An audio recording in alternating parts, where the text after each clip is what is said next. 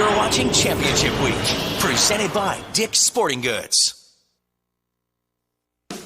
It's been a decade of dominance in the MAAC for Marist, where a string of talented stars have led the Red Foxes to 7 consecutive conference tournament titles, and the beat goes on. Today, Iona takes its shot at dismantling Marist. The MAAC championship is next.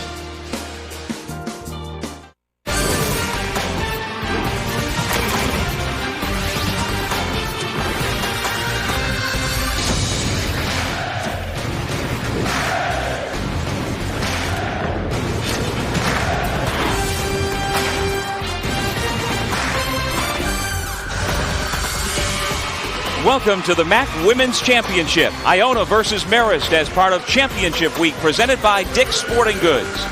We are at the Mass Mutual Center in Springfield, Massachusetts. And our championship game for a spot in the NCAA tournament has come down to number 1 versus number 2.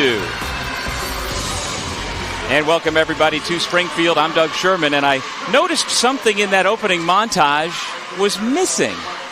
And that picture that was missing was this young lady to my right, Julianne Biani, former Marist Red Fox star, and look at that. Look at my mouth. Wide open. I think I was happy, huh? No, Cutting but the nets down. You are a key part of the history that we're talking about here for this Marist program. What is it like to be part of it, and what is it like for Marist in the MAAC to be such a heavyweight? Oh, gosh. Well, I mean, at this point in time, these girls are just so excited. I mean, they've done great, and Coach Georges has had amazing success. He always puts a competitive package on the floor, so it's been an honor to be a part of this program. Okay, let's take a look at our one-on-one and break down this year's championship game. We've got some star power specifically on the Iona side. Oh, yeah, D'Amica Martinez, the MAAC Player of the Year, has had a phenomenal season. She's someone that can score in a variety of ways, and it's going to take the Defensive Player of the Year for Leanne Ockenden to really put the pressure on her and stop her. But she's been known for stopping the best players in the conference, so this is going to be a fun matchup to watch today.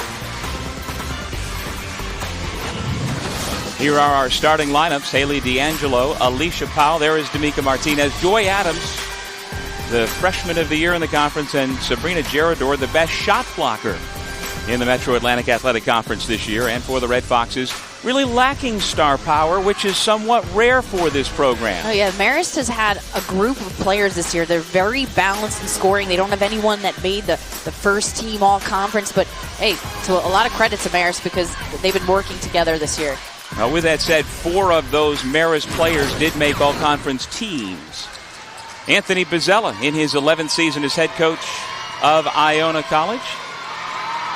And Coach Bozzella is somebody who you're very familiar with, having played against him so many times, Julianne. And we talked to Coach Bozzella before the game, and we did talk about this game, and it's been a long time since he's been able to beat Marist. They haven't really in so many years, but he has a different mindset this year, and he's got some talent this year that he thinks if this is the year to beat them, this is it. Matching wits with his good friend Brian Georges, but Coach Georges is 26-0 in his career against Iona. Most of that has come at the expense of his good friend Tony Bozzella. And that's difficult for a coach to deal with if you're Coach Bozzella. And for a long time, Coach Bozzella said it's been something in his head, but he is definitely changing his mindset this season. Marist with the basketball first. As always, the Red Foxes in their home white uniforms as the top seed in this event. And we've got a turnover, the traveling violation committed by Emma O'Connor. And so Iona in its road black uniforms as the number 2 seed with the maroon lettering and the gold trim. Here is D'Amica Martinez, the Conference Player of the Year. And this game is going to be a lot about tempo. Iona wants to play fast basketball. They want to push it up the floor, but Marist is known for making teams play their style, which is a slower game, even though they like to run the floor. They make teams slow down. Gerador just has to fling it up with a shot clock running out. Well, defense is the hallmark of this Marist team this year, and we certainly saw it evidenced on that first possession. Oh, absolutely. That's how they create their offense. Coach Georges is a defensive-minded coach. He believes if you play D, it will create your offense.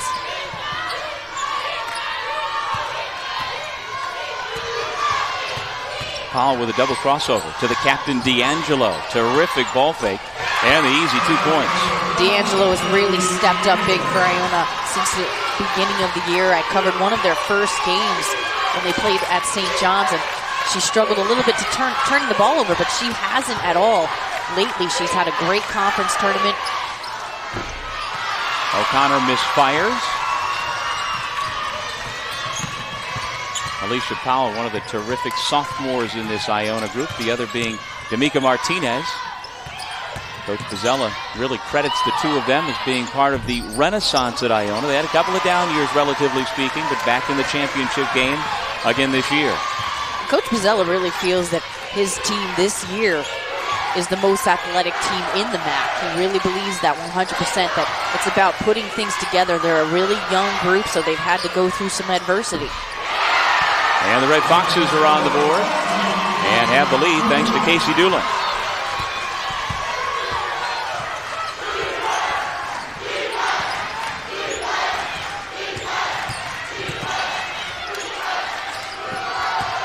Here goes D'Angelo.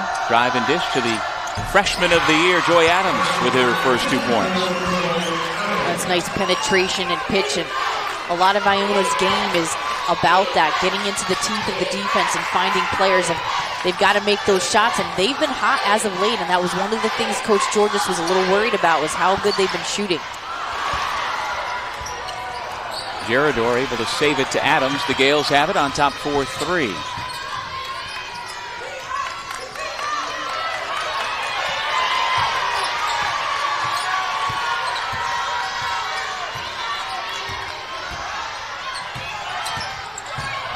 Adams has it poked away, and again that Marist defense making it tough on the Gales.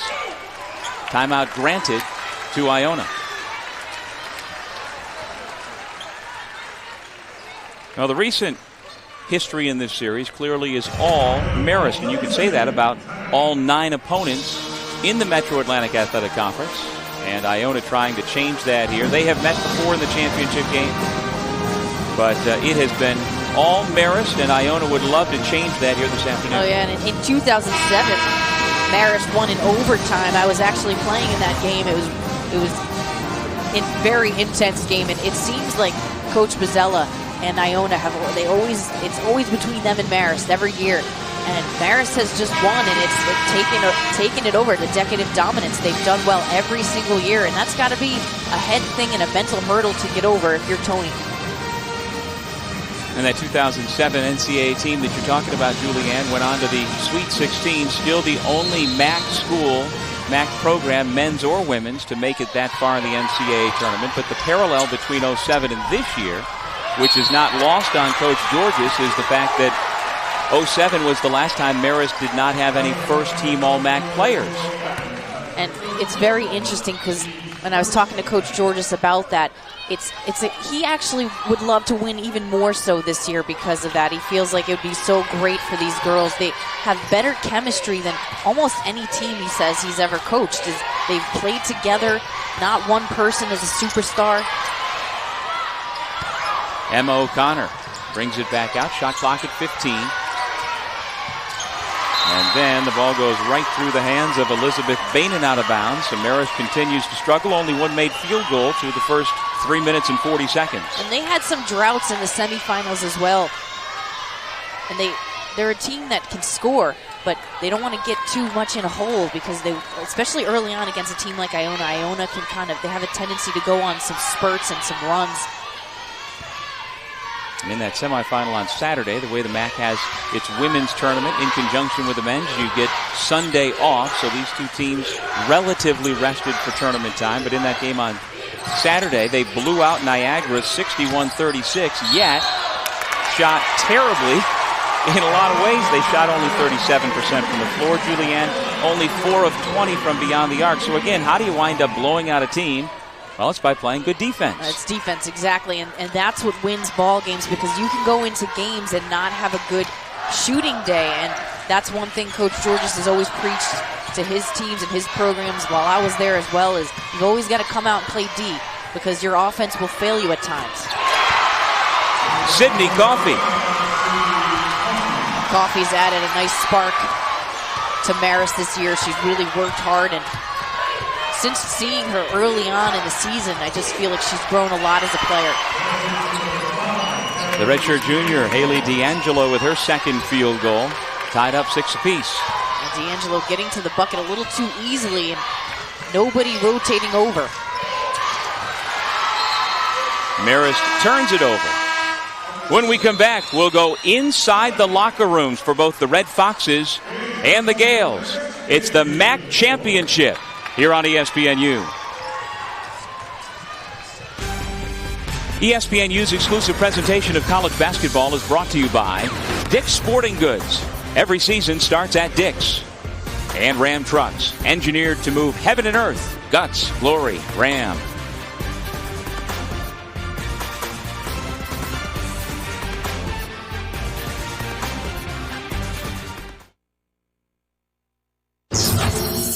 But I think we have something that you can't find on a stat sheet.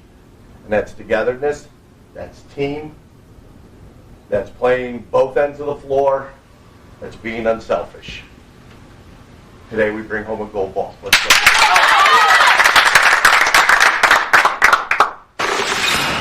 This is the game you become champions. This is the game where we've worked hard all year. Let's go. Let's take it right.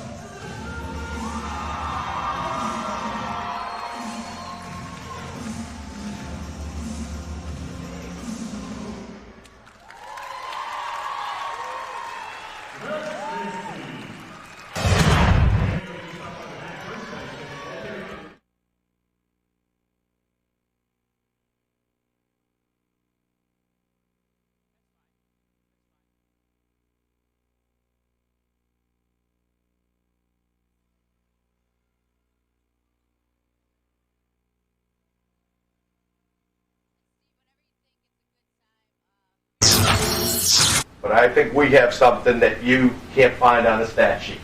And that's togetherness, that's team, that's playing both ends of the floor, that's being unselfish. Today we bring home a gold ball. Let's go.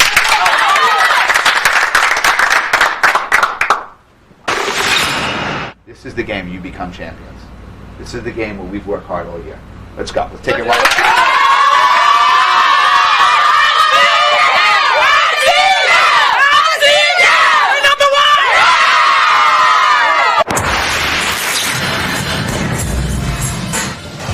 Those were the scenes just a short while ago, and Tony Bozzella trying to channel his inner Jimmy V.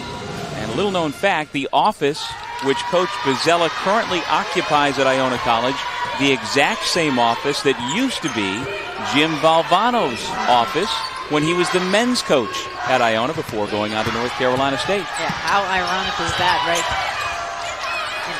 You saw that graphic there, 0-26 against Marist, and I just think that really brings me into a great tidbit. I was talking to Coach Bozzella before the game, and he told me a story, and he said, you know, Phyllis Mangini and I are good friends. She was the former coach at Seton Hall. They're both Seton Hall alum, and he said he gets a lot of advice from her, and they talk a lot. She sits in at practices, and every year he's always saying, you know what, I can't seem to beat Marist. I can't seem to beat Marist. It becomes like a head thing.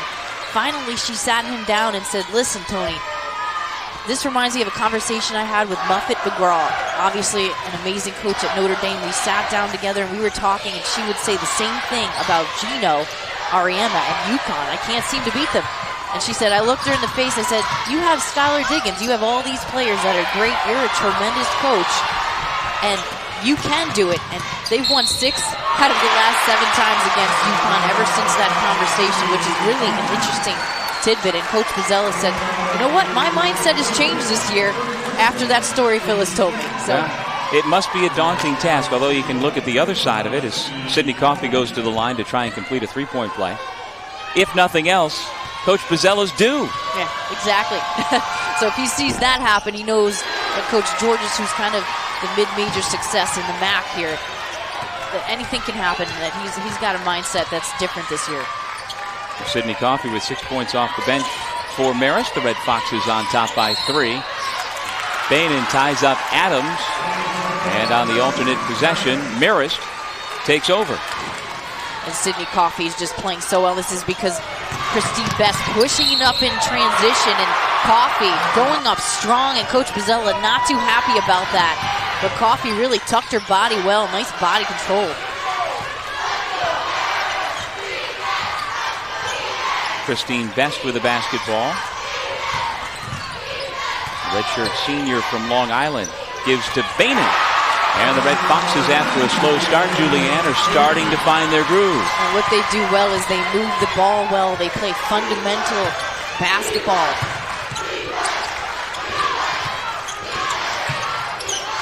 Joy Adams picks up her dribble, finds D'Angelo on a back cut. Gerador answers at the other end. That's really nice ball movement. When you see a team like Marist who's actually up pressuring like that, a good job by D'Angelo going back door and reading that well. Now, she is a physical presence at both ends at 6'3". She had 12 rebounds in the win over Siena 2 days ago. And she is among the national leaders in blocked shots. And the pass was intended for Gerador. Iona fortunate to keep possession.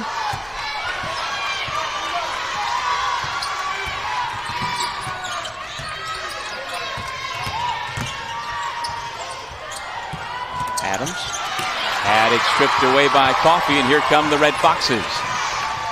Marist very ready for Iona's dribble drive, dribble handoff action. That's the way Iona always likes to play. It's that handoff action, and Marist is really good at switching that guard to guard. Here's D'Amica Martinez, the conference player of the year, who has yet to take a shot. And that's a huge credit to Leanne Ockenden, who's covering her. We talked about that in the open, and Ockenden has done such a phenomenal job defensively. She's a smart defender. She doesn't necessarily have the most athletic skills, but defensively she's smart, and that's why she's able to really limit players. She knows their number very well, knows what they do well and what they don't do well, and guards them well. Not the junior out of Christian Brothers Academy in Syracuse has picked up her first personal foul in that matchup between Ockenden and Martinez. Powell fouled on her drive to the basket. Christine Best commits her first.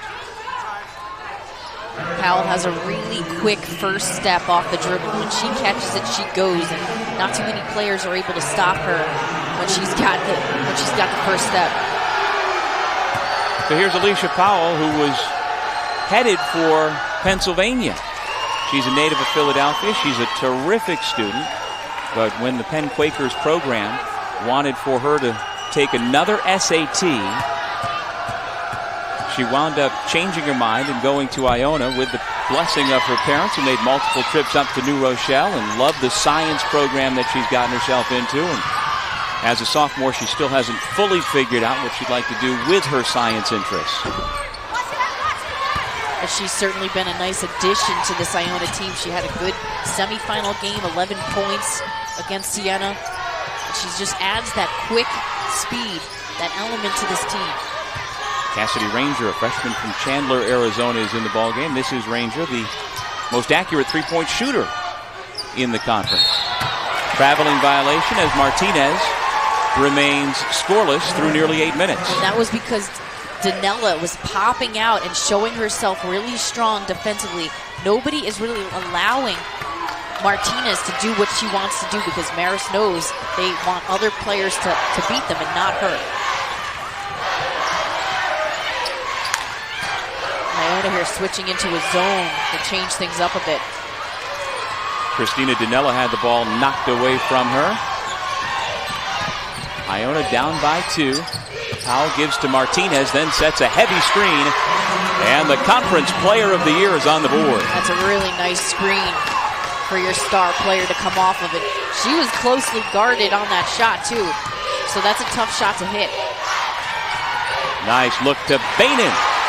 Off the assist out front by Danella. If you three-quarter court or full court press Marist, you're going to probably have to pay for it because they move the basketball so well. Offensive foul called against Cassidy Ranger. We'll take a break from Springfield, Massachusetts. Big screen, bigger shot by Martinez.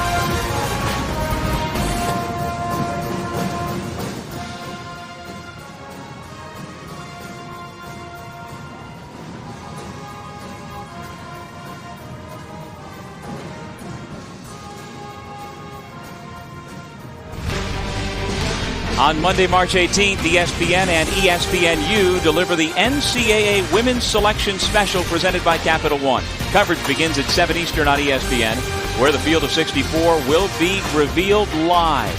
Then at 8 Eastern, ESPNU has extended coverage. That's Monday, March 18th on ESPN and ESPNU, and also live on Watch ESPN.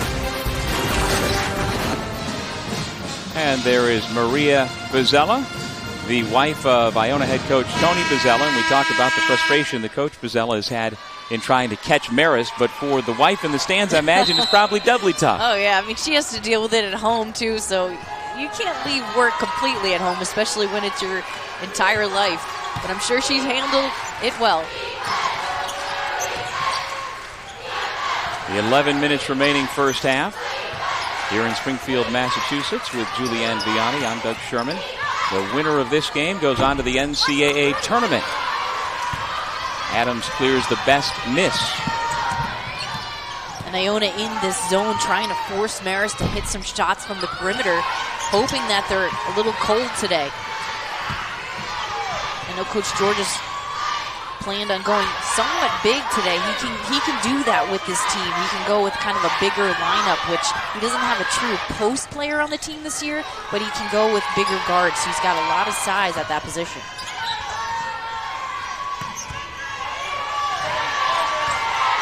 Shot clock at 5. Little pull up by Bainan is short. Adams with another rebound. And that was solid D, and that was one of the things Coach Bozzella said earlier in the season he was worried about is the defensive effort of his team, and I've seen them early on. I see them now, and they're a lot better defensively.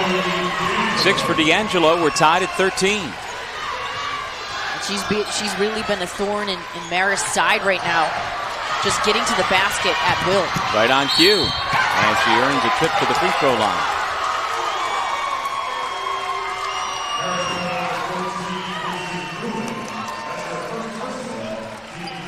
See, that's just solid rotation defensively. And then D'Angelo getting to the hole really easily, and Doolin not able to contain her on the perimeter, and then there's no help in rotation on the other side.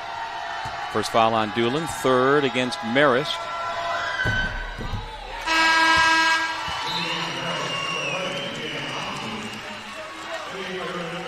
Now, Haley D'Angelo is your classic pass-first point guard.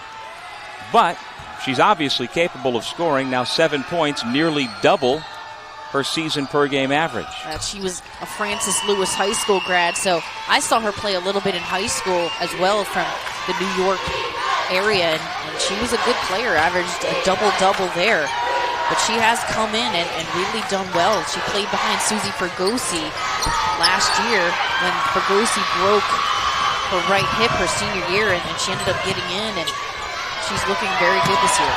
Sabrina Gerador missed the layup. And Bainan clears the miss. Gerador kind of the X factor too for Iona. When she does well, she's a solid player and adds a lot to this team with her length.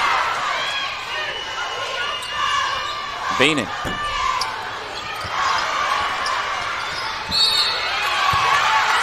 And a foul called on the rebound as Dinella wound up on her knees, and she gets called for the foul, so the 6th player of the year commits her first. And against the zone, this can sometimes happen where players don't have a person to box out, so a lot of bodies around that basketball. Julianne, you talked about Marist's relative lack of a post player, but that's not by design. Their 2 best bigs are out with season-ending injuries. Delaney Hollenbeck, out with a leg injury. She had double leg surgery in February. She's recovering back home, not here, but also Tori Giroux, a Vanderbilt transfer, broke her wrist in the season opener against Vermont. She is here, not available. She's missing the season. She actually did just get her cast off, but she is a true post player who, once she's healthy, next year will be a force to help try and build on this Marist legacy. You're absolutely right. And that was a thing that Coach Georges did not expect earlier on. He really thought Giroux was going to be kind of a main component in the post, and not having her, it changed things a lot. Actually, earlier in the season, the team was not meshing together because things were kind of up and down. He was mixing the lineup up a bit. But since January and on, this team has really clicked because they've gotten really used to each other, gotten used to each other's roles as well. Former UMass star Christina Dinella with her first 2 points. Transferred to Marist for her final 2 years of college eligibility. Powell passes out to D'Angelo, and it goes off the fingertips out of bounds. Another forced turnover by that Marist defense. That's one thing that Iona doesn't want to do, is they don't want to turn the ball over. That's been their Achilles heel this year at times. And they've given some ball games away because of that. Coach Bozzella said, we've got to take care of the basketball today. Both teams have turned it over 7 times. O'Connor left alone for the moment, then Powell commits the foul.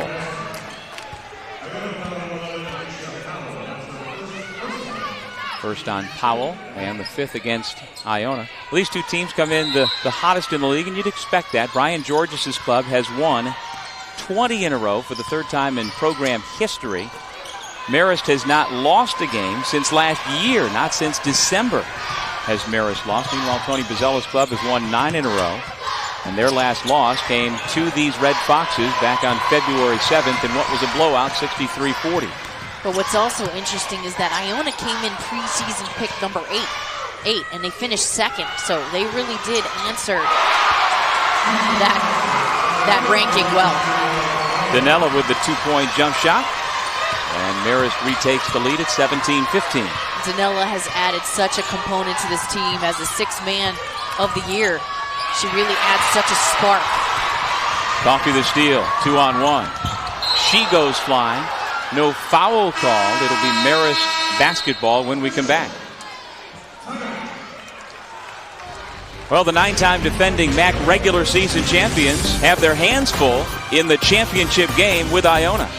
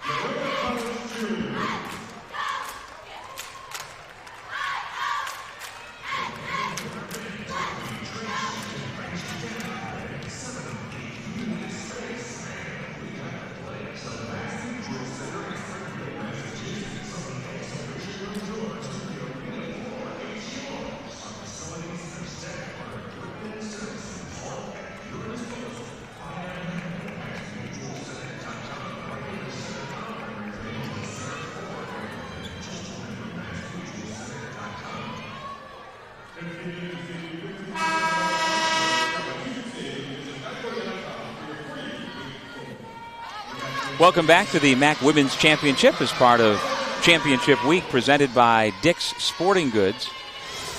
And these two MAAC rivals, Iona from New Rochelle, New York, just north of New York City. And then a little further upstate in Poughkeepsie is Marist College, kind of the Harvard on the Hudson for you alums, Julianne. That's right. They do call it Harvard on the Hudson. Beautiful area. 3-point shot out of the timeout. Nailed by Ockenden, her first points of the day. It's a nice ball reversal. And Ockenden's a player you can't give any breathing room to because she will nail those shots all day. And what's also just a good point to make is this conference typically sends one team every single year, so this game is really everything. It doesn't matter at this point that Marist went 18-0 in the season. They've got to win this game to get into the tournament, so these two teams are playing for a heck of a lot today. Joy Adams with her second field goal. Talked to Brian Georges before the game about the possibility of getting an at-large bid if they were to lose this game, but Marist has an RPI of 48. And like I said, have won 20 in a row, so they might be in the conversation, but clearly Sydney Coffey and the rest of the Red Foxes would like to just take that out of the equation altogether. Yeah, and I've teetered with that back and forth, but I don't know that Marist has that signature win this year, and there are some teams that haven't gotten in that I thought maybe would have already so far, so I'm not sure that they would if they don't win this game. So that's why, yeah, you want to alleviate any questions. Well, their best wins. As the shot clock winds down on Iona, D'Angelo's going to have to fire it up. Marist has beaten Wake Forest this year 81-66. They beat a good Princeton team as well as the Red Foxes turn it over. They led then 12th ranked Oklahoma by a point in the second half before losing, and they've lost to 4 top 15 teams, including UConn. But like you say, Julianne, they don't have that one signature win to be able to point to. D'Angelo hits the three. D'Angelo has really stepped up her game today. You really can't go underneath the screen against her because she's shown today that she's playing with a lot of confidence and she's pulling the trigger when she gets any room. She's already within 2 points of her career high of 13, which came against Canisius last month. Casey Doolin off the mark. A collision on the rebound sends D'Angelo flying.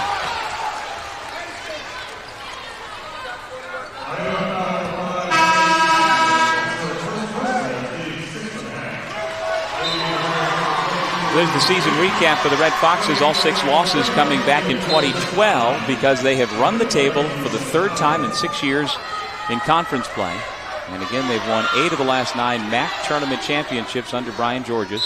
And actually, their run of 7 straight MAAC tournament titles is tied for the longest in the country with Stanford, now the Pac-12. Yeah, so there's a little bit at stake here, and I do think that there is some pressure that's usually on Marist's back because of their success. And you see Coach Georges on the sideline today. I see he's a little more animated than usual. You see him getting up and down a little more. So I think, he's really into this game. Adams puts it back in. The freshman from Orlando, Florida, makes the score 26-22. Very athletic. Those second and third chance opportunities is what Iona really needs to get the easy buckets. O'Connor, nice look. Coffey's pass back out to Doolin with 10 to shoot. Bainan finds his seam in the defense and knocks down the shot.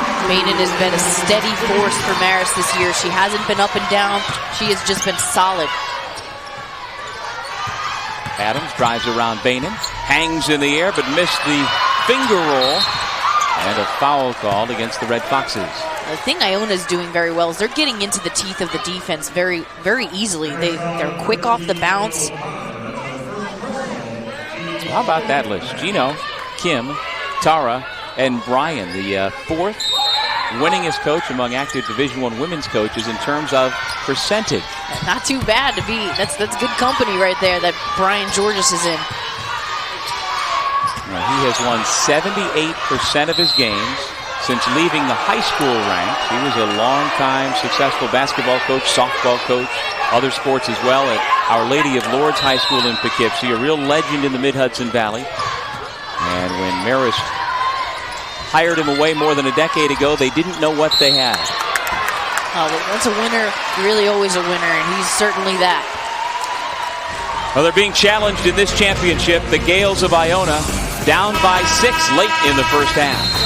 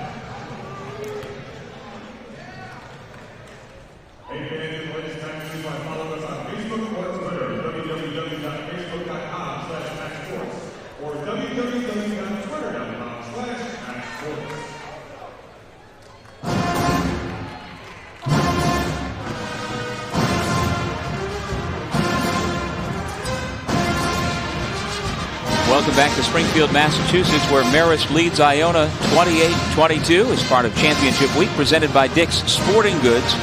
And we've got emotions flowing in the building, and we can show you how it works on every made basket for coaches on both sides. Okay, you see their reaction here as Marist has the ball, and now look at them both. I mean, they're into this game. They're excited. And Coach Bazell is not too happy about that one, obviously, but this is a huge game for both these teams. You've seen 2010 New York State Basketball Hall of Fame inductee Brian Georges, a 1977 graduate of SUNY Cortland. He grew up in upstate New York and in the Midwest. His family moved around a bit. His dad worked for General Electric.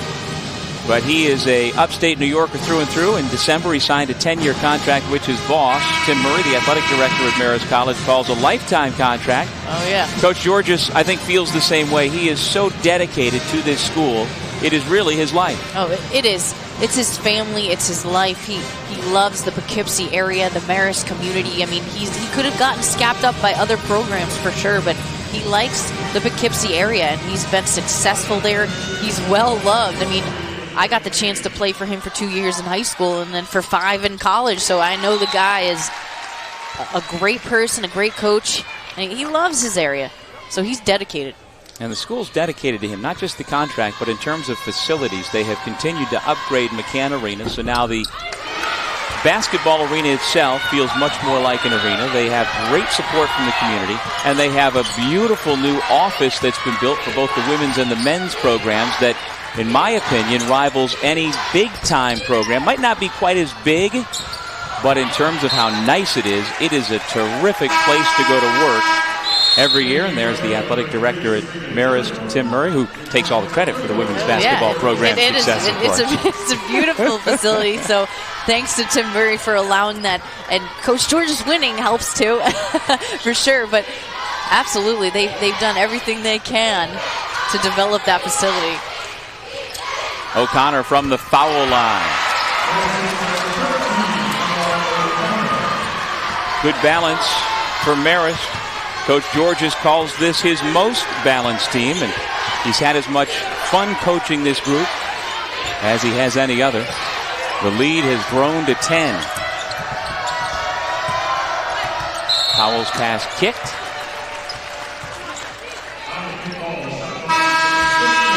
You might call those facilities at Marist kind of the house Georges helped build, that's for sure. Or the house that he built. Well, he certainly is dedicated to the program and fostered its growth. 4th among all active Division I women's coaches in winning percentage, and the 7-time MAAC Coach of the Year, including this season. Ball poked away by D'Angelo. Well, Marist is on a 6-0 run over the last minute and a half. And if you're Iona, you can't allow a Marist to go on a run because they're tough to come back from. Doolin whistled for the elbow that sent Powell crashing to the floor, and that's the second foul on the junior co-captain from Milford, Connecticut. Coach George is not too happy about that, but she'll be out obviously the last 3 minutes of the ball game. And Doolin hasn't gotten a chance to really do too much today. She's been a huge component to this team's success as well. Doolin, a second-team all-conference player. Powell, strong to the bucket. And O'Connor clears the rebound. Iona 0 for its last 6. And they're getting to the basket and they're getting through the lane very easily, but they're not able to finish. Natalie Gomez is checked in for Doolin.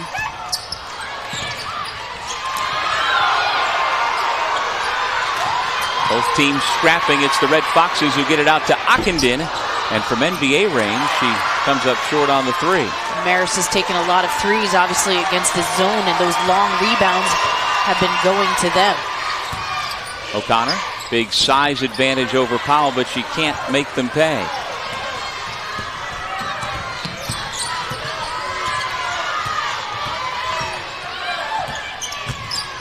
Adams has it poked away. She gets it back, but there are white shirts surrounding her. And a 3-second violation call. And that is just solid defense by Marist, swarming the paint area with 3 players. I mean, they're so good at that help defense, and that is something that Coach George just definitely preaches to the team. You know, you can't leave a player all by themselves. You've got to be there in time. Coffey blocked by Gerador. The league's top shot blocker says no. That's her second of the ball game. And that finally breaks the string as Robinson buries the 3. That's all off Gerador's blocking ability when she's able to do that and get the ball up the floor fast. That's when Iona scores, because they want to try to score in transition. That's where they do best. If they're playing half-court offense, they're playing to Marist's style. Good ball movement. But an air ball thrown up by Christina Dinella. Marist will keep possession. And this is a nice block by Gerador. Look at her help defense, and she just uses her arm, doesn't use her body, and then down at the other end, they're able to get it up in transition, and bang, they're able to nail it.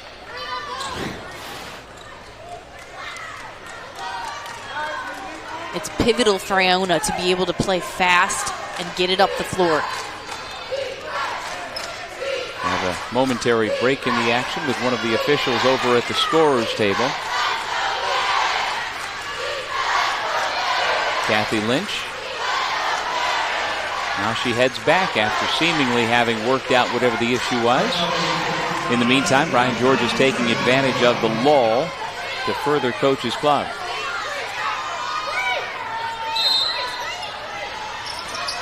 And Coach George is the type of coach who, no matter what the score is, he is always coaching his players. Credit Gerador for that deflection. Adams coast to coast, but she missed. Under a minute remaining first half. Gomez at the point with Doolin on the bench with 2 personal fouls. And I think with Gomez at the point, Iona might pick up the pressure a bit. Gerador blocked the shot, but she gets called for the foul.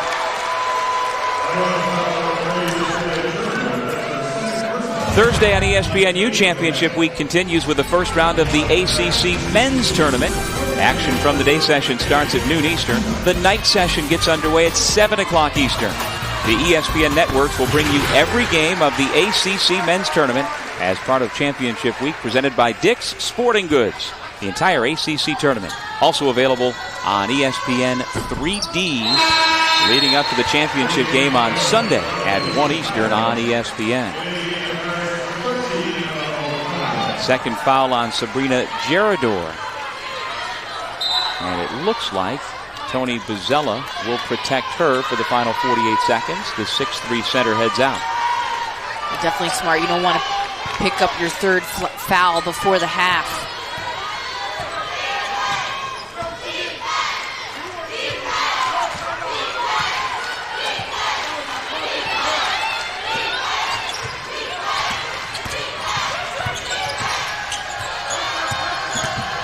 Robinson draws the foul.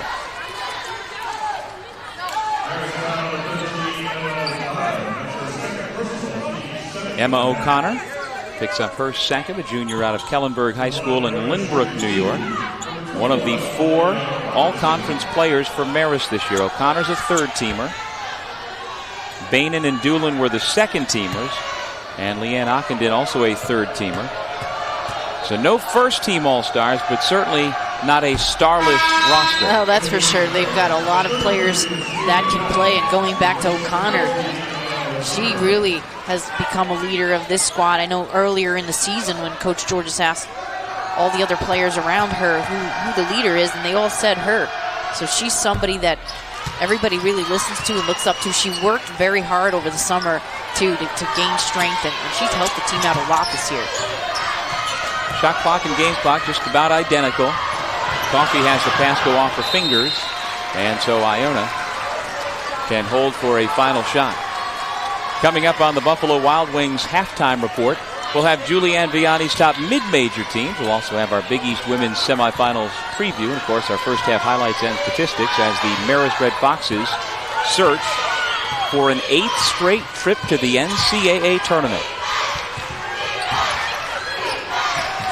10 seconds to go in the half. Alicia Powell gives to D'Angelo. She's had the hot hand. 2 seconds, 1 second. And the Marist defense holds strong again. That's a big defensive stop at the end of the half. You want to go in with momentum, and Marist able to clamp off Iona there.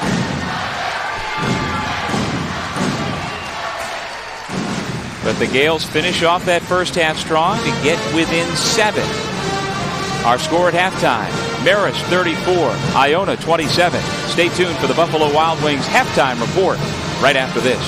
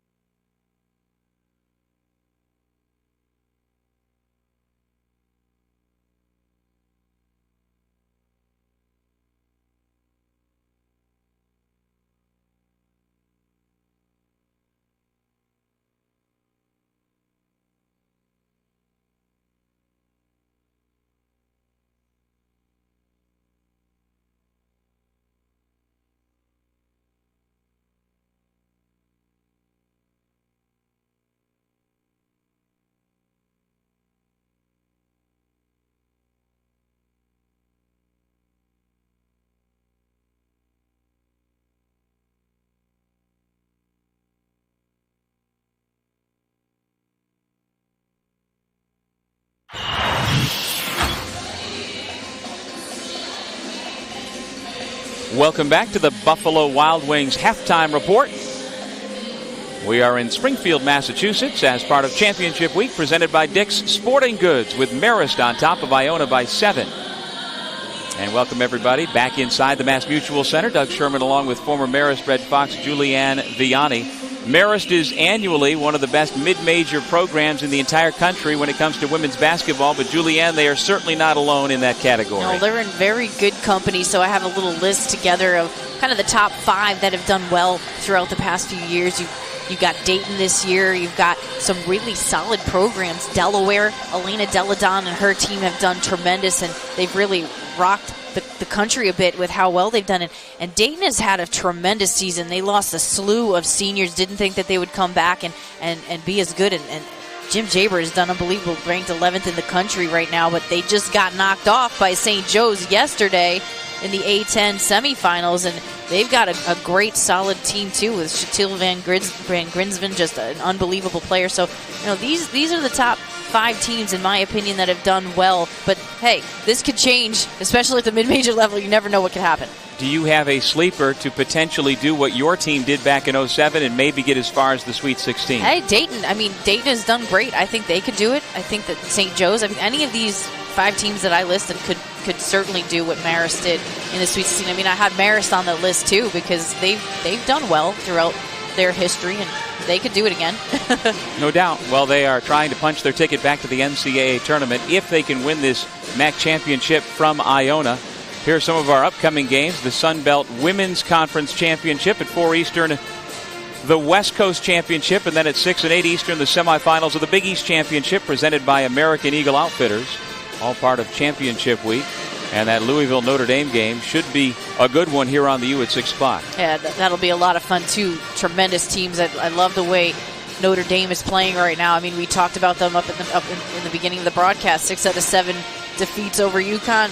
Not too bad, but Louisville's tough, too, so that'll be a fun game. We are at halftime. Iona head coach Tony Bozzella diagramming for his team what they need to do to overcome this 7-point deficit.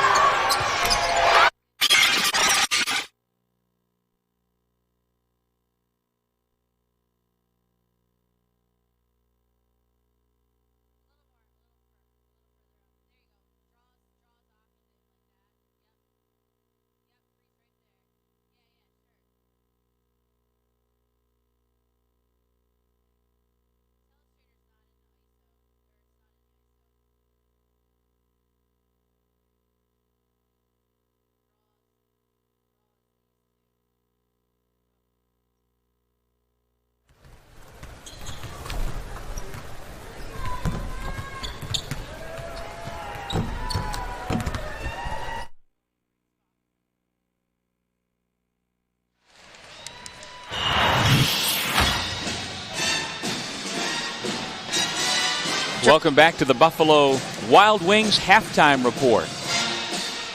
We're in Springfield, Massachusetts. Marist on top 34-27 in this MAAC championship game.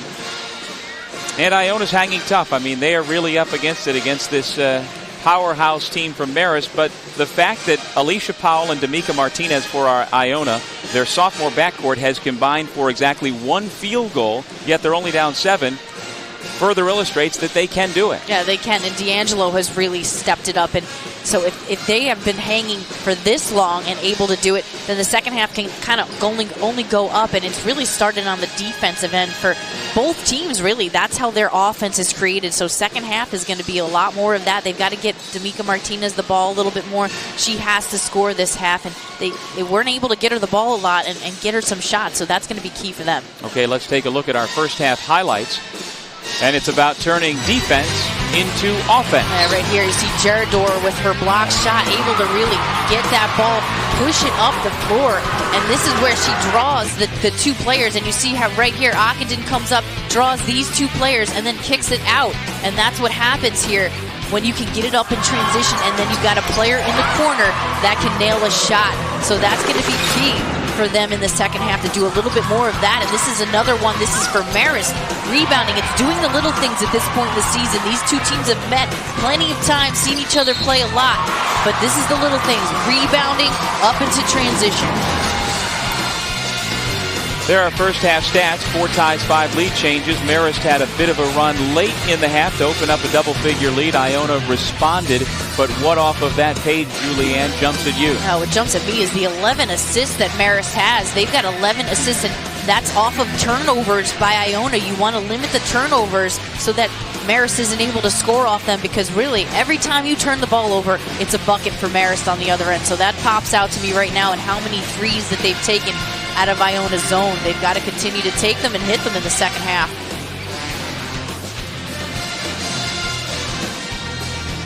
Let's take a listen to the locker room scene just a moment ago. Yeah, we came all this way, all these long talks and speeches and baloney. Now it's time to go out there and prove it. You said that to me at one point during the guys, Coach, we're on the floor, we prove it. Well, let's go right now. Let's go. We're on 3. 1, 2, 3. Win. I see girls. We number 1, baby. Come on.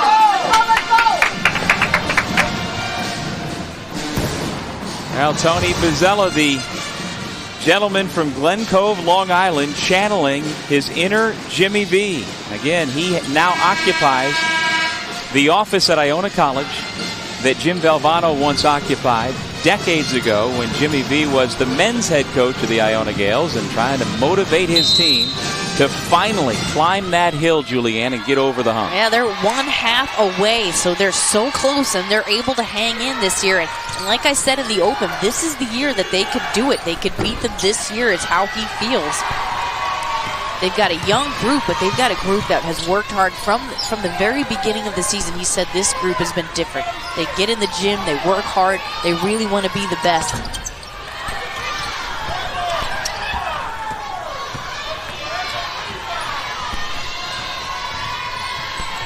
Alicia Powell takes the handoff from D'Angelo, gives to Adams. Martinez and Gerador, the other starters here in the second half again for Iona. Alicia Powell gets her first field goal. So Julianne on the first 2 possessions coming out of the locker room. Martinez takes a shot. Powell takes a shot. You see some aggressiveness right there, and these first couple of minutes are very pivotal as far as which team gains the momentum at the top of the second half. Now, D'Amica Martinez has had a fabulous MAAC tournament so far. She scored 25 in the win over Siena in the semifinals. And then in the quarterfinals, she scored 36, her career high against Canisius. So again, that she has only 2 points now. Iona really needs to get her going. Yeah, she's an explosive player, and when she gets going, she gets going. And Marist has done a good job on their assignment, limiting her and stopping her from getting good shots. And right here we see Marist. Doolin, great court vision, just whips it in like a bullet in the lane, and that's how Marist gets their points. They're very good passes. So you look at Doolin's parents. Bob Doolin, the father of Casey, and Bob played college basketball at the University of Connecticut back in the day. But today, just a proud father up in the stands, hoping his daughter can make it back to the NCAA tournament. Made the trip in from Milford, Connecticut, not far from here in Springfield, Mass. D'Amica Martinez has her first points of the second half. And she's coming out with a little more fire this half. You can see her being more aggressive, taking it to the basket. They're going to need her this half to really step up and score. Baseline shot by Elizabeth Bainan. Her 12 points leads the way for the Red Foxes. D'Angelo has 11 to lead Iona. The thing is that when Iona pressures Marist in the full court, Marist is so good at passing the ball that they're able to get it up the court easily. They don't turn it over very frequently either, so they're going to get easy shots down at the other end.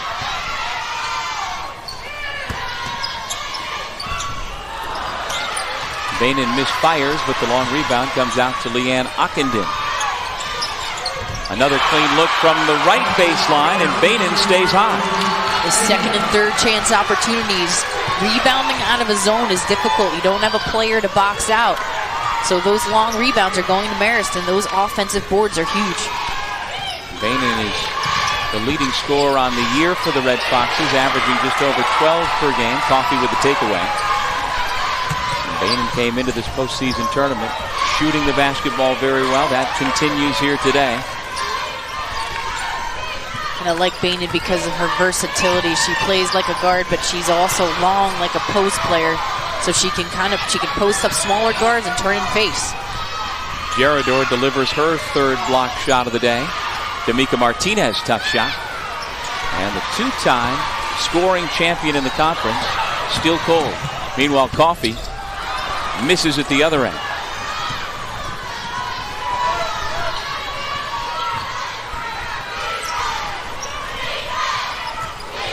Powell, bit of a high dribble, and drew some oohs and ahs from the Marist fans who made the trip in from Poughkeepsie.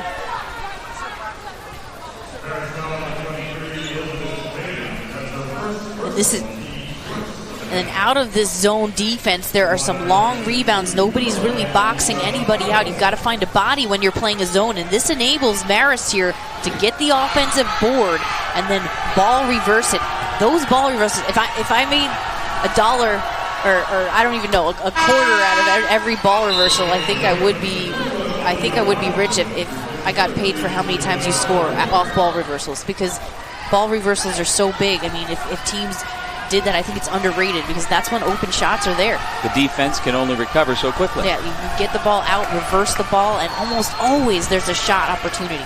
You see Alicia Powell's dad, Mike, who was actually her assistant coach during AAU basketball in her early teen years and helped to guide her through her academics. And again, as mentioned, she was heavily considering going to the Ivy League, but instead chose Iona College to pursue her academics in the science department. Good closeout, and Coffey missed the rim. Adams still hustling for it, but Coffey's got it. Coffey then throws the ball off of D'Angelo's knee and out of bounds. And we've got ourselves a timeout.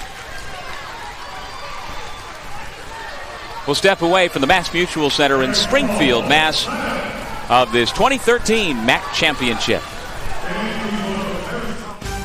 ESPNU's exclusive presentation of college basketball is brought to you by Pepsi Max, maximum energy, 0 calories, and Buffalo Wild Wings, wings, beer, sports.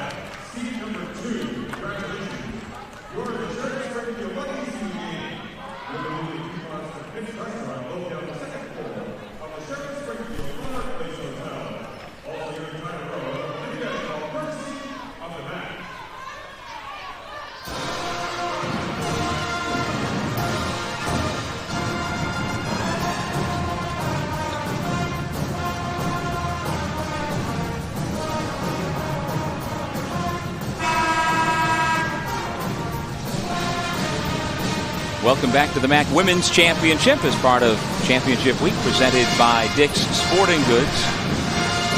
Tony Bozzella took his team to Canada in August, and it wasn't just a sightseeing tour, although they did go to Niagara Falls and they did see Parliament in the capital city of Ottawa. But when you've got 7 freshmen on the team and trying to make a cohesive unit out of a group of young women, a trip like that can really pay dividends, and Tony says this is as galvanized a group as he's ever had. Oh, yeah, and they were able to go 4-0 versus competitive college teams out there, and I think that's what led them to the 2-0 start of the season, playing a good Navy team, and they beat Long Beach State early on, but that was very good. It was a growing process for Iona. The team really came together. Ockenden off the terrific feed from Casey Doolin. And the Red Foxes continue to pile up the assists per field goals made. This is a very unselfish Red Fox team. They pass the ball very well. We'll take another break. 15-14 remaining in the second half. Marist eyeing yet another MAAC championship.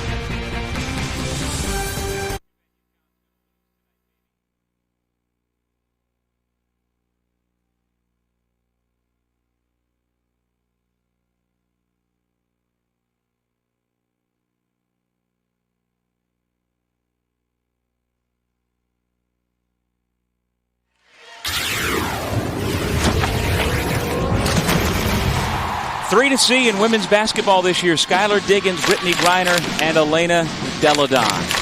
Yeah, these three are just dynamite players to watch. Probably 3 of the best in women's basketball for sure. You can't miss them. You've got to see each of these guys play in a big game tonight too. For more on the women's 3 to see, log on to ESPNW.com, and you'll get a chance to see tonight on ESPNU Championship Week, continuing with the semifinals of the Big East Women's Championship presented by American Eagle Outfitters. Beginning at 6 o'clock, Louisville versus Notre Dame, and then Syracuse trying to take down Connecticut at 8 o'clock. It's part of Championship Week presented by Dick's Sporting Goods. We are here at the Metro Atlantic Athletic Conference Championship in Springfield, Massachusetts. Along with Julianne Vianney, I'm Doug Sherman, and Marist with the 9-point lead and the basketball.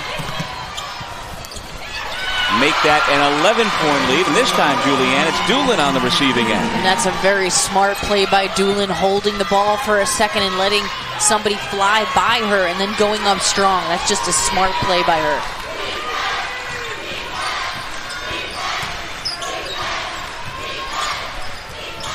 Robinson kicks it back out to Powell. Little 16-footer, rims off. Doolin clears the miss. Now this is a very young, we talked about it before, but Iona's a young team, so down the home stretch here in the second half, do they have the mental capacity to overcome and win this game? That's kind of the big question here. Marist has been here so many times, but will Iona overcome the pressure? Now, Casey Doolin's dad just watched her commit the turnover. Terrific foul by D'Angelo to force the backcourt violation. So Iona gets the ball back, down by 11. And this young group you're talking about, Julianne, it's become a national recruiting base for Iona, at least within the last year or two. They've got 2 freshmen from Florida, 1 from Arizona, 1 from Connecticut, and 1 from North Carolina. And in talking to Tony Bozzella before the game, I asked if that was a concerted effort on the program's part to expand their footprint. He said, not really. It's just the way it's worked out. But his recruiting coordinator, Assistant Ashley Kelly, gets much of the credit for that, he says. Emma O'Connor banks it home. He has done a very good job recruiting. Right now, Iona just losing players on defense. Their defense has let up the last several possessions, and that's really enabled Marist to run away a little bit with this score. You can't get into a hole against Marist because they can go in long spurts of scoring. And D'Amica Martinez is now 2 of 8 from the floor. Joy Adams commits her second personal foul. Lots of folks in the building rooting for the Marist Red Foxes, friends and family. There were actually 2 busloads of people who came from Poughkeepsie, New York, and took the ride here to Springfield, Massachusetts. Brought the band as well, and this has become really a rite of passage at springtime for the folks in Poughkeepsie. It sure has.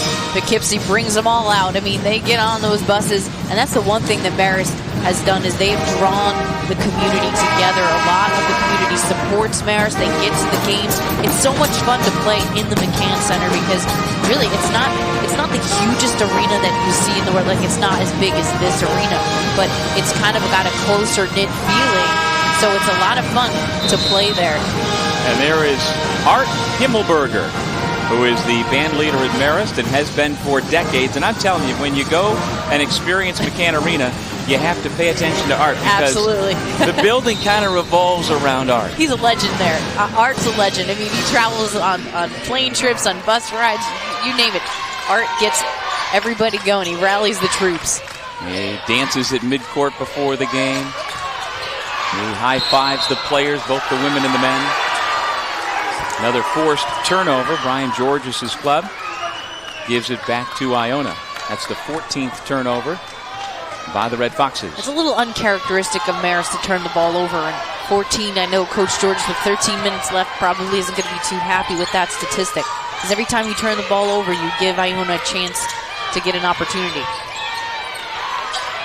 And here's what Iona's up against. Marist has not had a single-digit victory since January 6th. It's been over 2 months since any of their opponents kept it less than 10. Shot clock under 5. Martinez in trouble. Powell has to heave it. And D'Angelo nearly gets the offensive rebound, but again, the Marist defense, that's not a turnover, but it may as well be, forced by the Red Foxes. Marist will keep possession with 23 on the shot clock. And you can take that little stat positively or negatively. You can get pressure or not. And you look at here, Doolin just always has her head up, and she handles the ball so well, controls the tempo of Marist, and always seems to find that right player. And she was not actually recruited as a point guard, but kind of fell into that position as by default, and she's done such a tremendous job at the point. Well, she made the MAAC All-Tournament team a year ago and could be on her way to that once again this year. And there is Doolin working the baseline. Nice power slide layup, something they work on a lot in practice. Jumping and tucking her body. She can really hang and use good body control. 8 straight points for Marist. And the lead is up to 15. That's the biggest difference of the game this afternoon. Powell commits the reach-in foul on Gomez. Iona has also done a little bit too much one-on-one stuff this half from the get-go. They're not moving the ball well. They're playing to Marist's tempo. They're not getting the ball up in transition and scoring easily that way. They're playing the half-court offense, and that's where they're struggling. That's the second foul on Powell, the sophomore from Philadelphia, out of William Penn Charter School. Coffey continues to percolate. If you go and you double team somebody on Marist and leave another player open, you can expect Marist will find that player.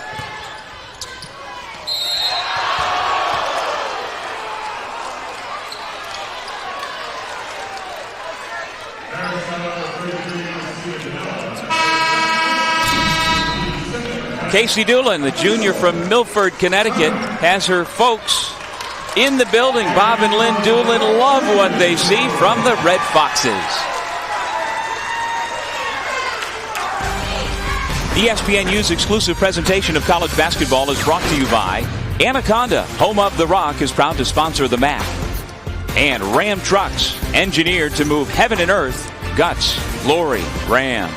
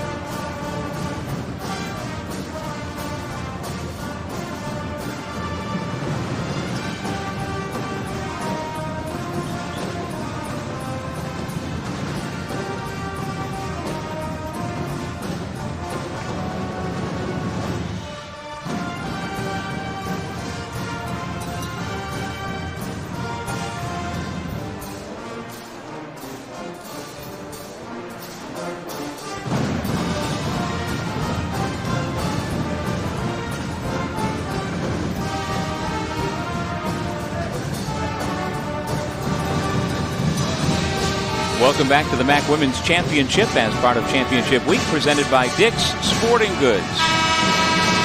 Marist has stretched its lead to 18, and Lynn and Bob Doolin, whose daughter Casey has helped to lead the charge. They've made the drive in from Milford, Connecticut. We actually are not far from the Connecticut border. Springfield sits right on the state line, and so not a far trip in New England. Doolin definitely having a day today. She's got 7 points, 7 boards, and 8 assists. Those 3 numbers, not a bad stat line. She gets everybody involved and really does a good job leading this team. There's Casey, who's gone for as many as 25 points a couple of times this year. And at the line, Joy Adams, one of the out-of-towners who decided to go to Iona College. She's from Orlando, Florida, and was a 12-time winner of the MAAC Rookie of the Week award, and so it's no surprise she was the runaway winner of the Rookie of the Year award. Yeah, she's had a phenomenal season, just really earned that spot. And she comes in averaging over 13 points and 10 rebounds per game. That rebound average is best in the league, and it's the 3rd best among all freshmen in the country. Gomez swishes it home. This is the thing about Marist, is that you can't really stop one player. They've got other players that will step up and hit shots, whether they're coming off the bench or they're a role player. Before the shot, the foul is called. And this is really nice ball movement. It's off the ball reversal back to Gomez, and Gomez just stepping up. She's got her feet set, her elbow tucked, a nice follow through. But then at the other end, the sophomore from Andover, Mass, east of here, picks up her first personal foul. Adams spins to the bucket. Looked like Danella may have gotten a piece of the shot. Adams still working, and she banks it in. Good battle by Adams, getting the second chance opportunity to go up with it. Those are the kinds of easy buckets Iona needs in order to chip back into this. They've got to take this game in increments. 30-second, 1-minute increments, and take it slow to try to come back and win segments. Danella fouled on the shot.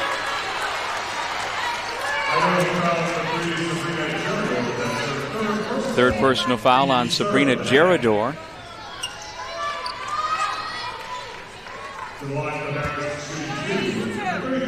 so Christina Danella, who had a couple of very good years in the Atlantic 10 Conference. She was on the all-conference rookie team at UMass, and then as a sophomore averaged 11.5 points per game. But then the young lady from Manalapan, New Jersey, out of Red Bank Catholic High School, decided to transfer a little bit closer to home. But she's certainly familiar with this area. UMass not far from where we sit.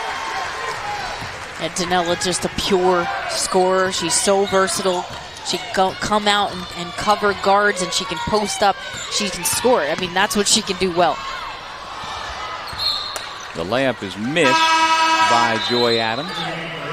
That's something you don't see very often for Tony Bizzella's freshman from the Sunshine State. She also leads the conference in field goal percentage. And those are shots that you wish that you can get back, especially in a MAAC championship game. You don't want to miss the chippies. But this is where the freshman jitters could come in, and that was probably a concern of his before the game. A lot of these guys are young, and they haven't been in the MAAC championship game before, and Marist has. They have year after year gotten here and gone beyond. The ball was dribbled off of Gomez's foot. She hustles, and the Red Foxes cash in. Marist really putting in the dagger here defensively, getting it up the floor. Such good ball movement.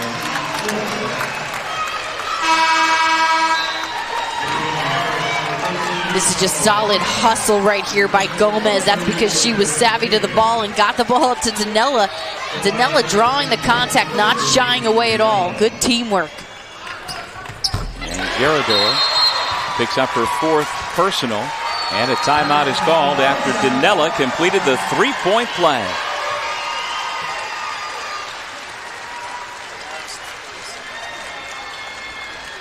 .12 remaining in the second half, and Marist has opened up a 23-point lead. And again, this is a team that has tremendous balance. There's not one player like your old teammate Rachel Fitz who would go for 25 or 30. But this team collectively and with its defense for Brian Georges is a joy to watch. And let's see the most recent sequence through the eyes of Coach Georges and Coach Bizzella. And both of them, you look at the defense here by Marist, and that's just a great job by Gomez getting in the passing lane and getting the ball up the floor. And Coach Georges really psyched about that because it came from the defensive savviness of his point guard. Just hustle, true heart, got up the floor, beat everybody else to the ball. And they have both seen this time and time again. Tony Bizzella has never beaten Marist in his decade as head coach at Iona, and that's been a fabulous run at the New Rochelle School. He took over a program at the depths, and in his first year, he endured a 1-27 record. And that's tough for a coach to endure, and he's turned it around. And he has taken this program 3 times to the WNIT, yet to go to the NCAA tournament. They have lost a couple of times in this MAAC championship game to these Red Foxes. And as you talked about in the first half, this is the program, Marist, for Iona that UConn has been for so many other programs in the Big East, as Tennessee has been for many years in the SEC. It has, and it can really psych you out as a coach when you go this many years without winning. But this Coach Georges, has really made it difficult on other coaches. He's really set the bar very high in this conference and in the country. He's really recruited well, and he's not playing against a terrible team. I mean, Marist is a tough team to beat by anyone, and that's why a lot of teams don't want to play Marist as a mid-major, those bigger schools, because they're afraid they'll lose to them. And Marist has certainly taken down more than his share of Power 6 conference teams over the year. Last year they were ranked as high as 17th in the country, and currently they are receiving votes, and they're just outside the top 25, and if you extend to the top 25, they would be number 27 in the country. Again, their RPI is in the top 50. And they just keep coming at you in waves. Leanne Ockenden with this southpaw 3. So many different weapons Marist has. And nice passing by them. They find the open man. Under 9 minutes remaining. Ranger guarded by Gomez. D'Angelo had the hot hand early for Iona. But the stifling Marist defense has really taken a toll on pretty much everybody but Adams here in the second half. Yeah, that's been the big game changer this half, is Marist stepping up the D. And Iona, with this full court pressure, I think has really hurt them because of this. You see Marist able to break it easily, and they're getting some transition buckets off of it.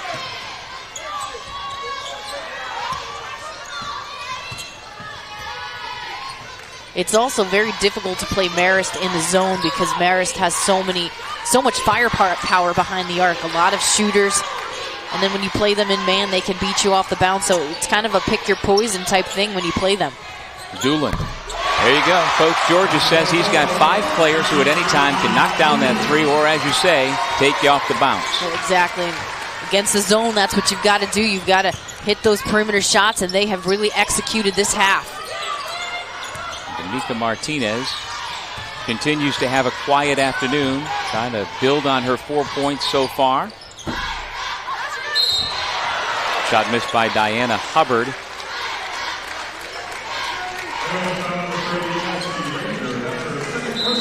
Leanne Ockenden is considered the emotional leader of this team when you ask Coach Georges. And if you ask her mom, Cece Ockenden, she loves her daughter and hopes to watch them go on to the NCAA tournament one more time. ESPNU's exclusive presentation of college basketball is brought to you by Dick's Sporting Goods. Every season starts at Dick's.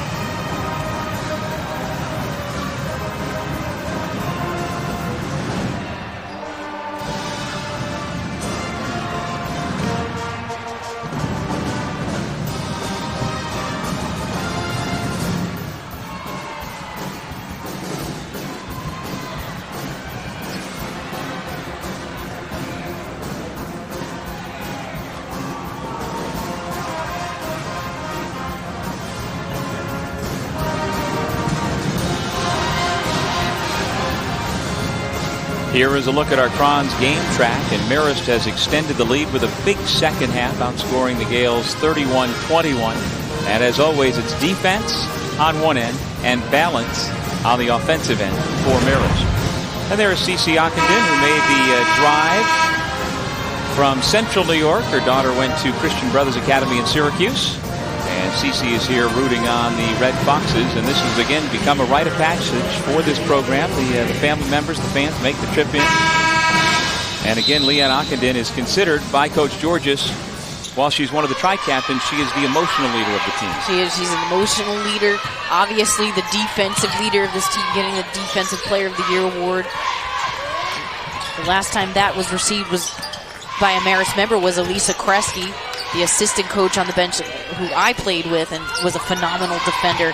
It's always fun to play with someone who puts defense first. Yeah, let them do the hard work so you can score more. Well, I've said this on the air several times, but when I came in as a freshman, that was the thing that Coach Georges said to me. He said, you can shoot the ball, no problem, but your defense is terrible. You're a defensive liability. Well, you should have blamed it on your high school coach. Maybe, but I only played for him for 2 years, so maybe I let up a bit my last 2. D'Angelo is fouled. Well, one of the many parts on this Marist roster that is very impressive, Sydney Coffey, a 6-foot freshman from New Hope, Minnesota. And she recruited Marist from Minnesota. She identified the fact that she wanted to study fashion. She wanted to be near New York City. And, of course, she wanted to have a terrific basketball program to play for. So, like her father before, who played at the University of Minnesota, Richard, and he played in the NBA as well, Sydney, a terrific basketball player, who, while we may not have a first-team All-Star on this year's roster, she and another girl, Madeline Blaze, may evolve into being first-teamers. Oh, absolutely. They're both such good players. And Coffee, I think her story sounds somewhat familiar to Rachel Fitz. Yep. Came into Marist. That very reason she could have picked other schools too, but the fashion program at Marist really attracted her too. But Sydney Coffee and Blaze are going to be great future players for them. They've done very well. Coffee at 6 foot.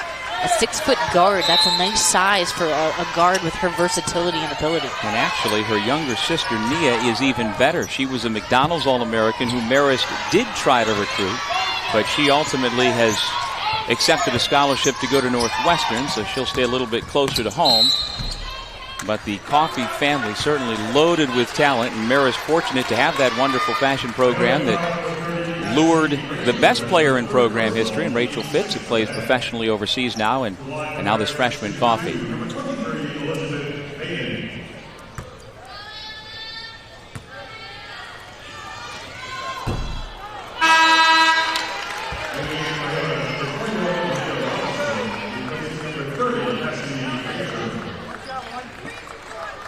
Well, 6 minutes and 28 seconds on the clock. That is a lot of time, but with the way the Red Storm has come through for the Red Foxes here in the second half, it does not give Iona a lot of hope.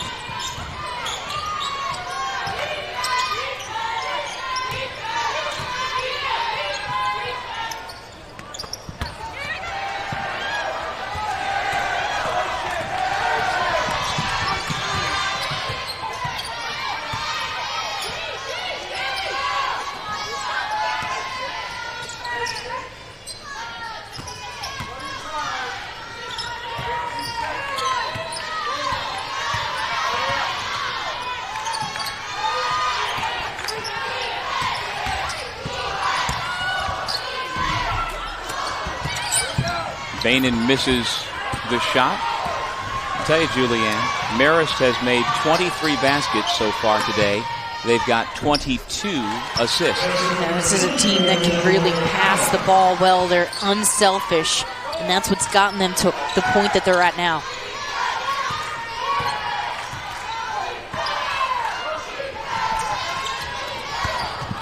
Bainan's pass is knocked out of bounds. The Red Foxes will keep it.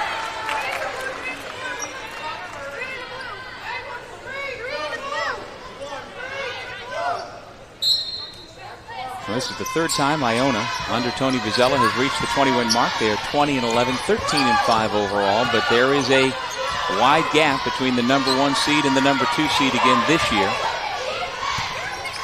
And Coach Vizella, going back to the story from earlier, even though they're losing by this type of margin, he's got to continue moving forward. And as you see his wife, Maria Bozella, on the sideline watching this game, he's got to continue to move forward with the mindset that he had coming into this game, because, you know, they haven't beaten Marist, but it's something that he's got to just let go of, continue to rise above that and coach as the good coach he is, and keep recruiting the players that he's recruited. 0-26 all-time versus Marist, but that mental battle to get over that hurdle is going to be key for him moving forward with this program. And the Seton Hall graduate does know what it's like to go to the NCAA tournament. He did take LIU as head coach back in 2001 to the big dance, but he just wants to taste it again with this Iona program. Of course, what coach wouldn't want to taste the big dance for sure, so he will continue to work, and that's one thing about Tony Vizella. He is a hard-working coach,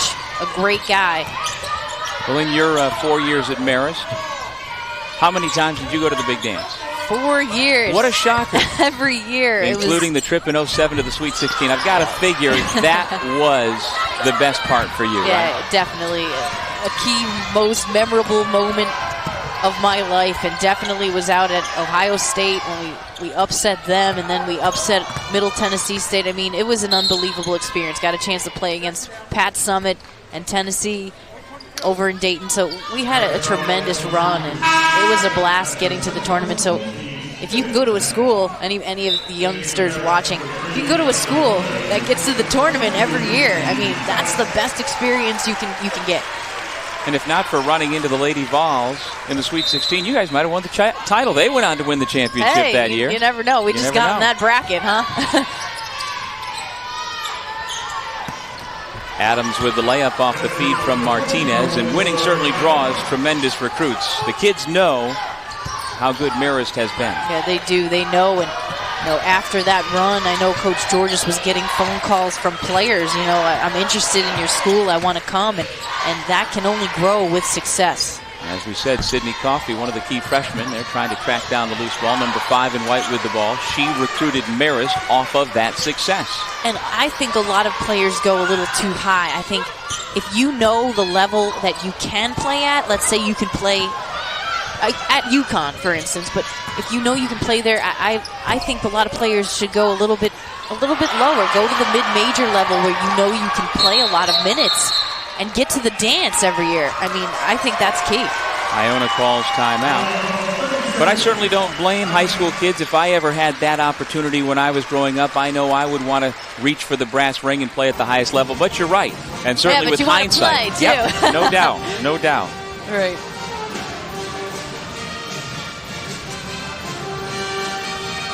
Championship Week is available live anytime, anywhere on your computer, tablet, or smartphone at WatchESPN.com and with the Watch ESPN app.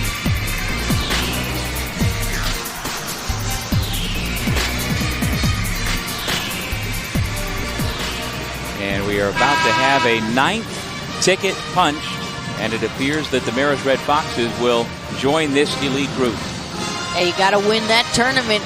It'll be their 8th straight conference championship. I mean, that is a pretty great number right there. You don't see that very often. That'll be the longest as as Coach Georges separates himself from Tara Vanderveer's Stanford Cardinal. Stanford has won 7 straight in the Pac-10, now Pac-12, and it's about to be 8 straight MAAC titles for Coach Georges. Definitely in good company with Vanderveer.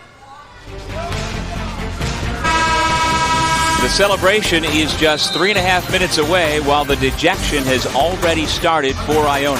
66-43 Marist.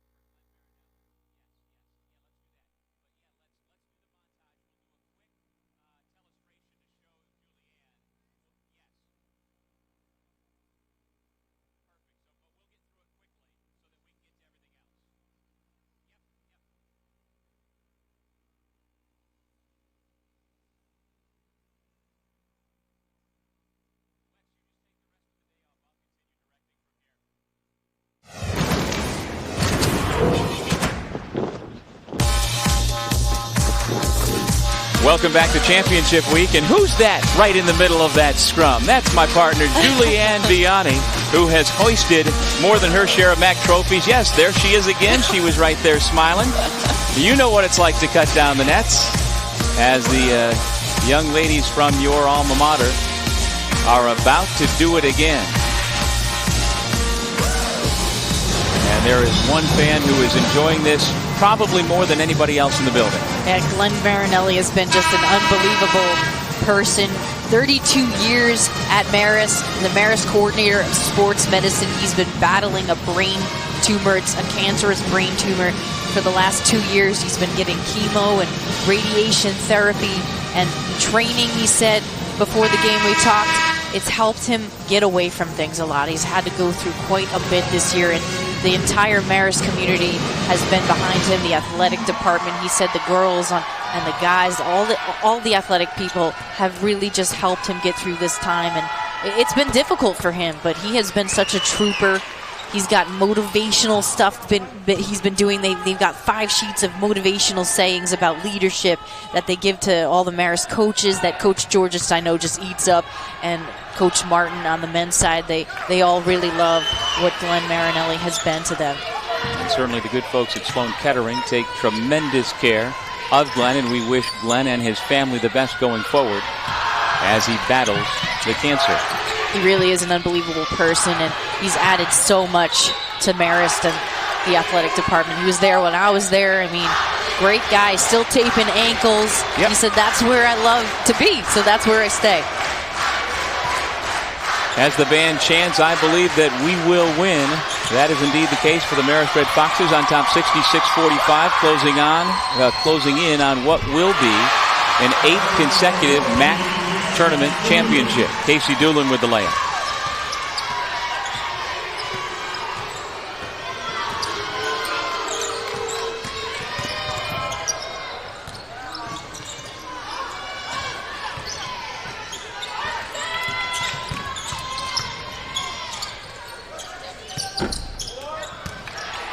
Coffey grabs another rebound. That's her 6th. She's also got 5 assists and 12 points. Solid performance all around for the freshman from New Hope, Minnesota. The thing that Marist is really so adept at is that they're able to really put the nail in the coffin when they need to. In the second half, they pulled away, and teams can hang with Marist a lot of times in the first half, but second half, he's just too deep. Marist is too deep, and teams can't quite stay with them. And you can be sure that when the brackets are unveiled, whoever gets matched up with Marist is going to go, oh, no. Oh, big sigh. Yeah, not too happy.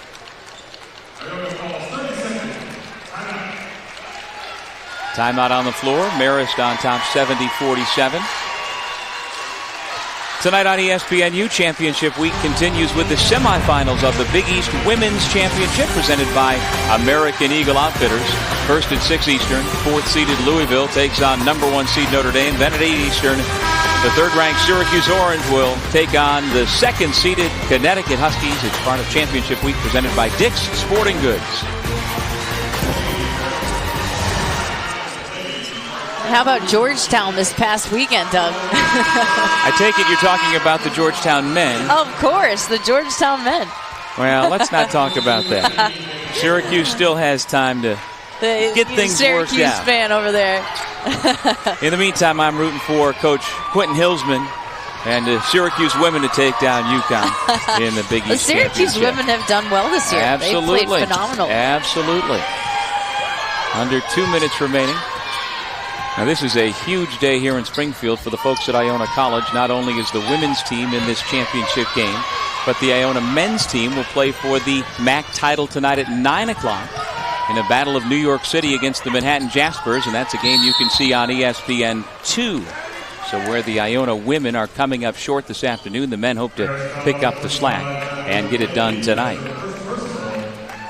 Well, you've not lost a MAAC championship like this, but you've certainly had your seasons and career come to an end. What were your emotions at that point, Julianne, and what are some of these Iona girls going through right now? Well, it's certainly a tough thing, a tough pill to swallow. Nobody likes to lose, especially when it's by this type of margin. Although Iona has had a solid year, but everybody's season ends at some point, and that's the hard thing to chew upon, and I never liked it at all. I was such a competitor. I hated to lose, and you didn't want to talk to me for about a week after a loss. And for the parents of the Iona Gales, they will be consoling their daughters. And, for the women who play at this level, most do not go on to play professional basketball. So for the seniors, this is it. But the best thing for Iona right now is that their roster is loaded with underclassmen. I mean, Diana Hubbard has seen a little bit of playing time here. She's a senior, one of only 2 seniors on the Iona team, so most everybody's going to be back.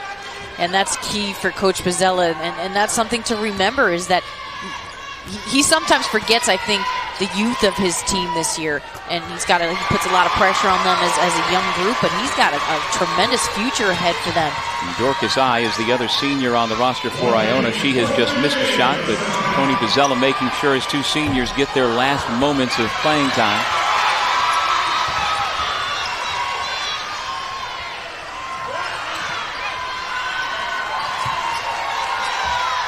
Maddie Blaze into the ball game. Bree Holmes has come in. And the bucket for Suzette Garnett.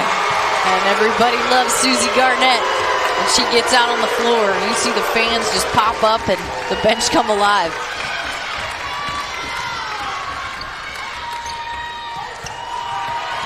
Shot clock is off.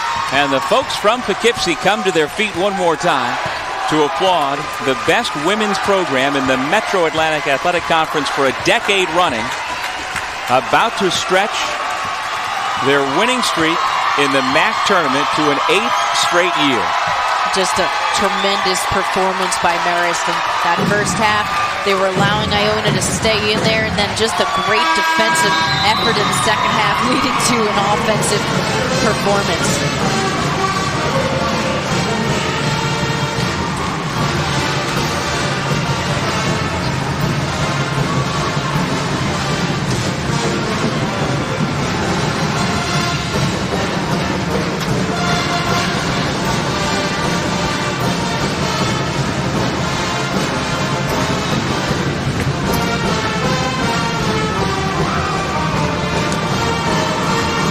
Our Pepsi Max player of the game is Casey Doolin for her near triple-double. 12 points, 8 rebounds, 9 assists. Doolin, just a tremendous performance. Not a bad stat line. She gets everybody involved in it. She's just the one that controls the tempo, and she did it today in a game that truly matters the most. You know, the emotions from one of the seniors whose career has just come to an end, Diana Hubbard.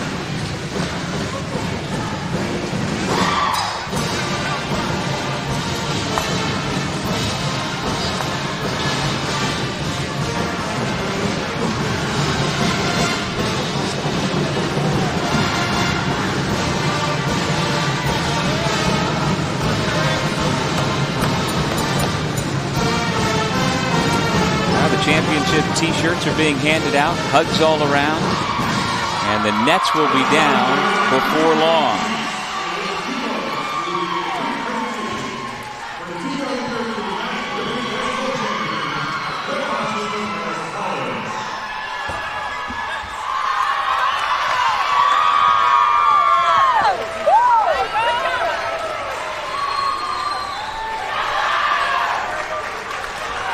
Well, while they set up the championship trophy presentation and the girls get their new t-shirts on, parents hug up in the stands.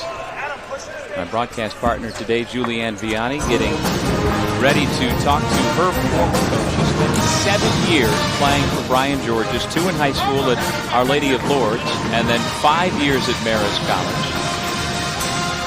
And this has also become a rite of passage, as Julianne gets an opportunity to talk to her mentor after a victory. The 2013 MAAC champions are the Marist Red Foxes. They improved to now 26-6 on the year. And this is the 7th straight year that Marist has won 25 or more games.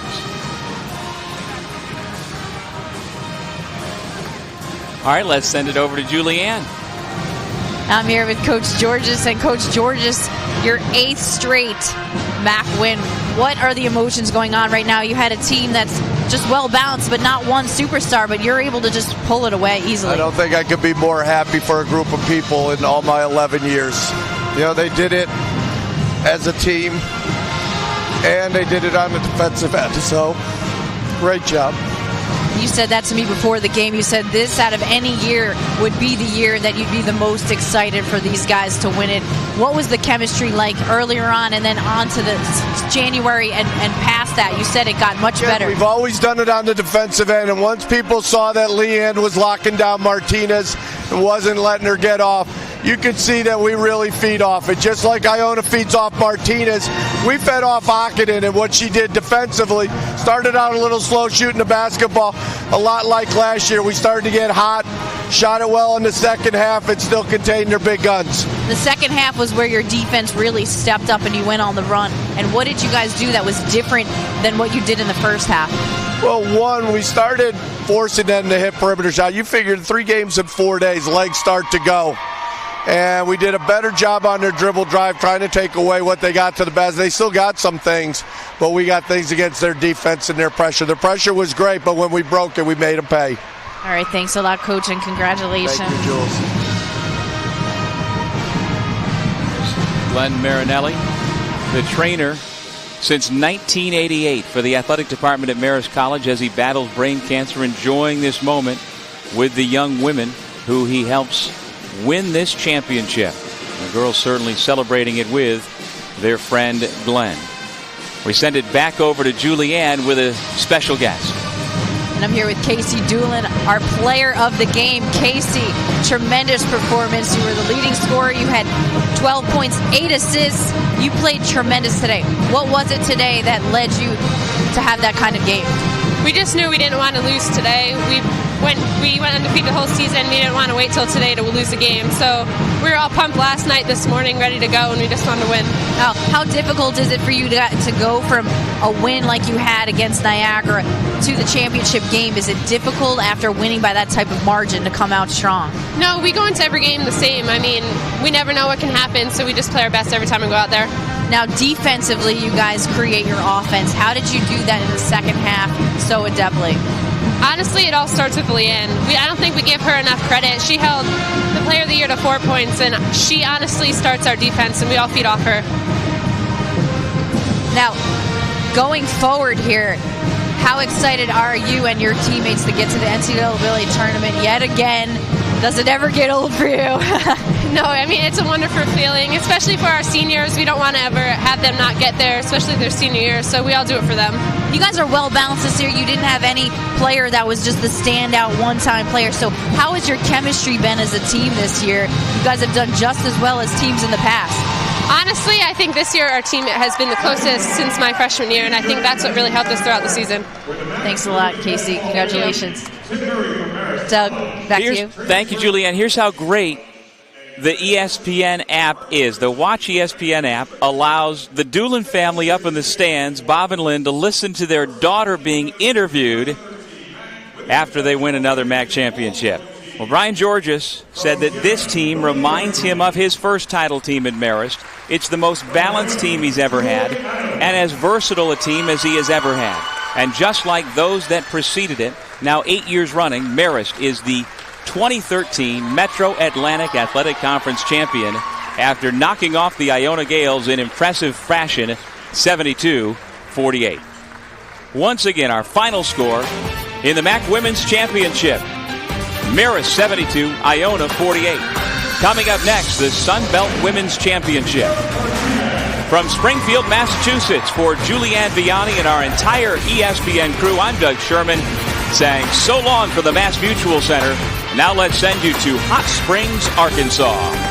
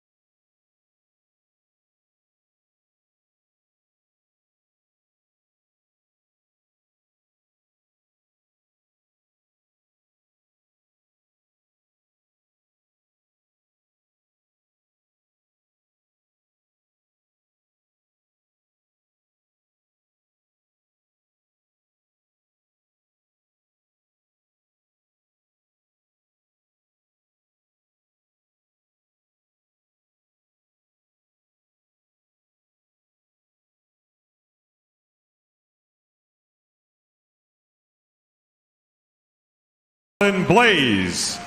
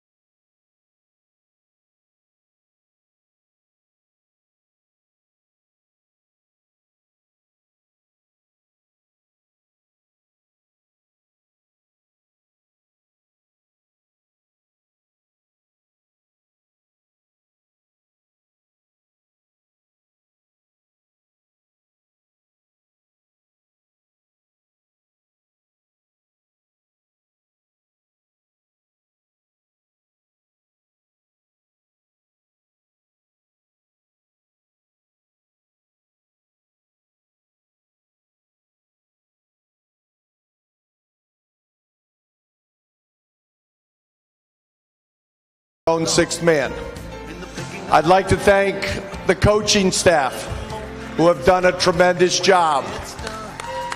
As always, there's something to say for being together as long as we have. They put up with me, which is actually very entertaining to them. But we know what each other is thinking. We work in rhythm together, and we have a great, great relationship. I'd also like to thank our special coach, Glenn Marinelli.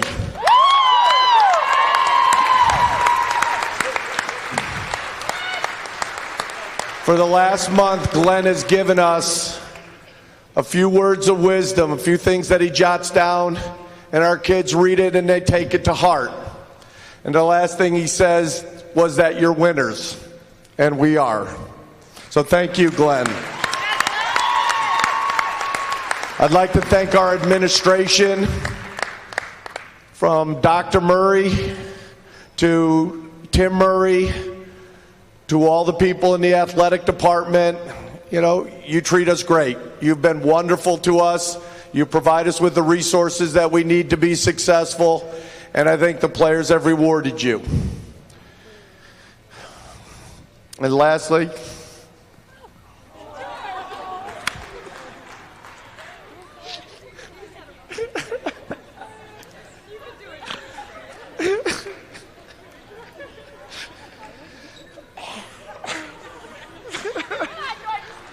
well,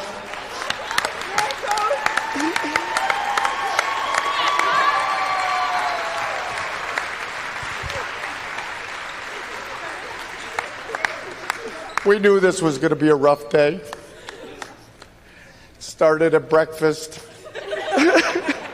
No, when the seniors, gave the staff really one of the nicest cards that you could imagine.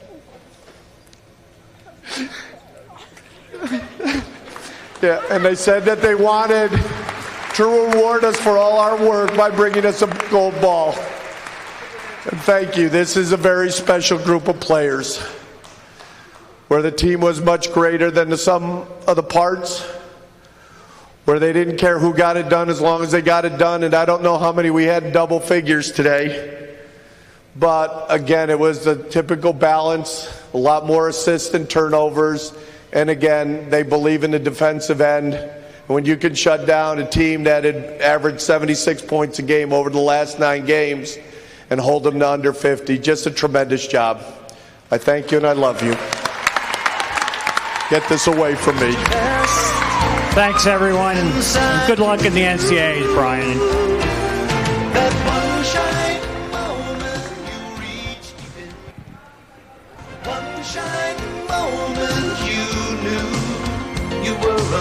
Congratulations to the Marist College Red Foxes, the 2013 MAAC Women's Basketball Champions. Good luck in the NCAA tournament. It's more than a contest, it's more. We thank you for attending the 2013 MAAC Women's Basketball Championship. Please arrive home safely.